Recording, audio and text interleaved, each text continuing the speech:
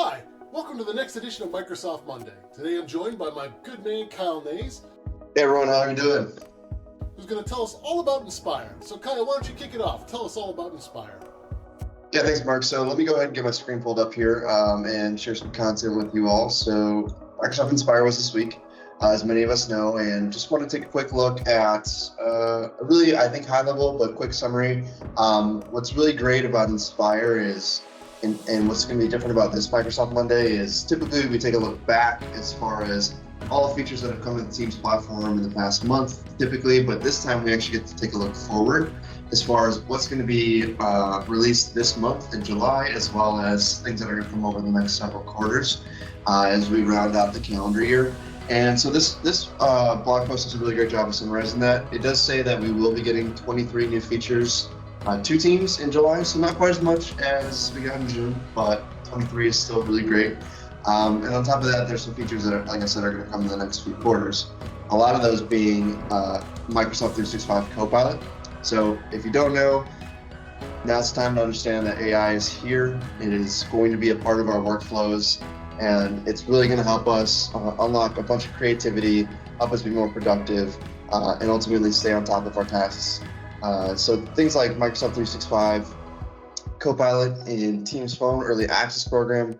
So for early access members, you can actually get access to incorporating AI into your Teams phone calls.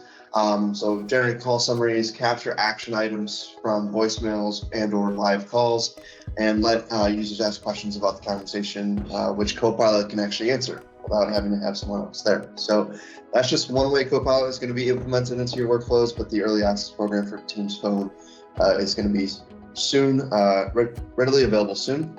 So will 365 Copilot in Teams Chat, and kind of the same line of Teams Phone and using Copilot, quickly synthesize threads. Maybe you're out of the office for a week and you need to catch up. A bunch of people are pinging you on Teams and you didn't quite have the time to get back to it, nor should you be getting back to your Teams messages when you're on vacation. So Copilot's going to help you get caught back up to speed and not have any, I would like to say regrets sometimes when you go on vacation, you come back to a whole hurdle of work. So this is really going to help you get back on track as if you weren't even out of the office for a few days or even a week or whatever it was. So that's, again, early access. That should be coming soon. But ultimately, we're going to all see this in our workflows at some point in the future. But really excited to kind of see this, go live for a few people and people get to test it out and hopefully perfect it by the time that, you and I use it, Mark, because realistically, it'll probably be a little while until we get our hands on that. So moving on, I do want to go down to some of the more recent, or not more recent, but what's coming to Teams in July. I might have skipped it. Here we go. So I think the one big call out I want to have in this section is actually going to be in your Teams meetings. I think the illustration here does a great example of this, but a lot of times we're sharing content, and that could be an Excel file or PowerPoint or whatever it may be, a Word document, something like that, where sometimes it's a little bit hard to see what the other user is sharing, and we can always ask them to zoom in for us and try to help us out on the far end, but sometimes it's not possible. Sometimes it just still doesn't help.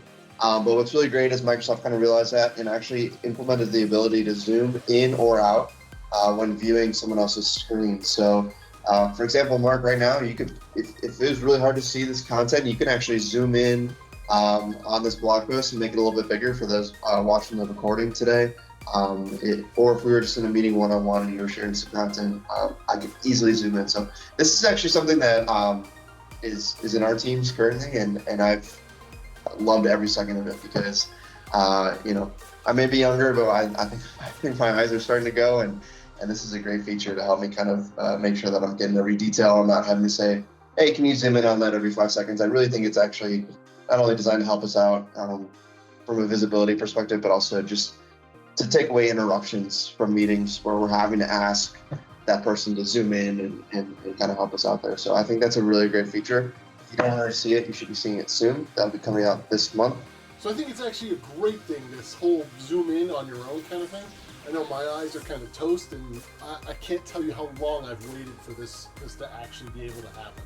So this is a wonderful thing. Yeah, no, look, it's I think a lot of people will agree with us on that for sure. It's maybe a little thing, but certainly goes a long way when sharing content. So yeah, that's a great one. And then the only other one I wanted to highlight, and I'm trying to see, may have lost it. So just in light of staying organized, there's a new calendar view within Teams. So typically today, right, you go into the calendar tab in your Teams and you're going to see more of a traditional calendar layout, as we like to call it. So you see your week, all your meetings each day, Monday through Friday. There's now a new agenda view that you can enable within Teams. That gives you the ability to see the list of events in a more consumable manner, and really just help you stay organized. I know a lot of us are used to kind of different calendar layouts, and ultimately, Teams is just going to go ahead and implement that into there. And then from the agenda view, you're quickly able to RSVP, join the meeting, chat with participants, access any meeting notes, recordings, or transcripts. So it makes it a little bit easier. I think it really removes a step as far as joining your meeting or interacting with the meeting in one of those ways. So you can really quickly, let people know if you're going to be late, if you're not going to be able to make the meeting, or just simply access the chat if you want to participate in that way, but can't necessarily join on video that day. So those are just a couple I want to call out. There's a few other features here that are going to be released on top of some new devices and some stuff for frontline and vertical solutions. So definitely take a look at this blog post.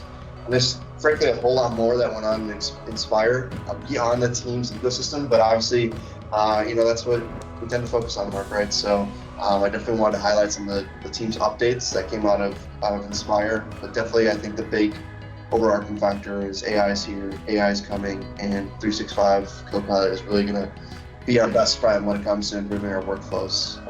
But yeah, other than that, Mark, that's what I had as far as updates for Microsoft Monday. So hopefully someone got a little something out of that today. And like I said, definitely encourage you all to take a look at this blog post as well as all the other Inspire announcements from this week.